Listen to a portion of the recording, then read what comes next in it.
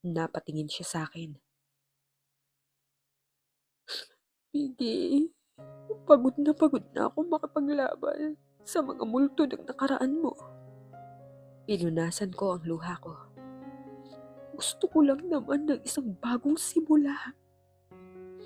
Isang simula na hindi ako laging natatakot na may isang bagay na mas mauuna sa akin.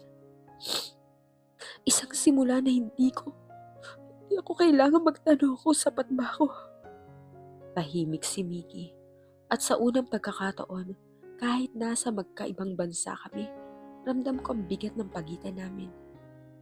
Dahil to sa dalawang pusong parehong may sugat, parehong naghahanap ng paraan kung paano magmahal nang hindi nawawala ang sarili. Ang mga sumunod na linggo ay naging isang digmaan ng emosyon. Hindi ko na alam kung alin ang mas nakakapagod. Ang mga problemang dumarating o ang pakiramdam na ako ang laging kailangang umintindi.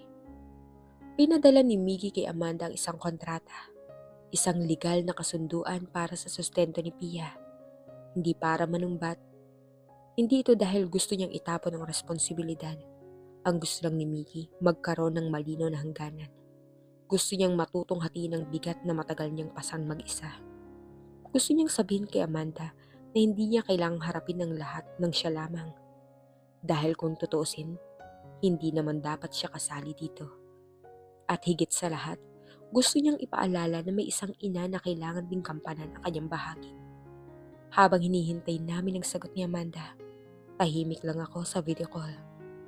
Nakikita ko ang pagod sa mukha ni Miggy.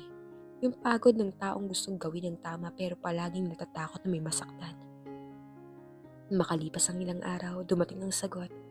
Binasa niya ang mensahe at unti-unting nagbago ang mukha niya.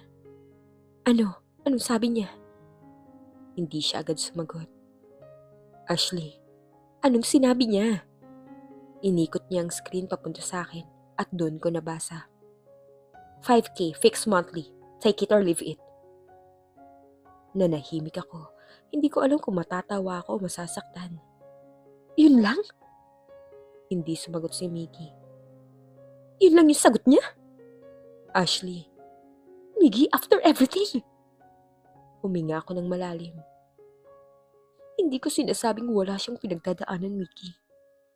Naiintindihan ko na may trabaho siya, may iba pang anak, may mga bayarin siya. Tumingin ako sa kanya. Pero bakit parang sa tuwing may problema, ikaw lagi ang kailangang umunawa? Ikaw ang nagbibigay ng solusyon, ikaw ang naghahanap ng paraan. Ikaw umiintindi sa dahilan ng lahat.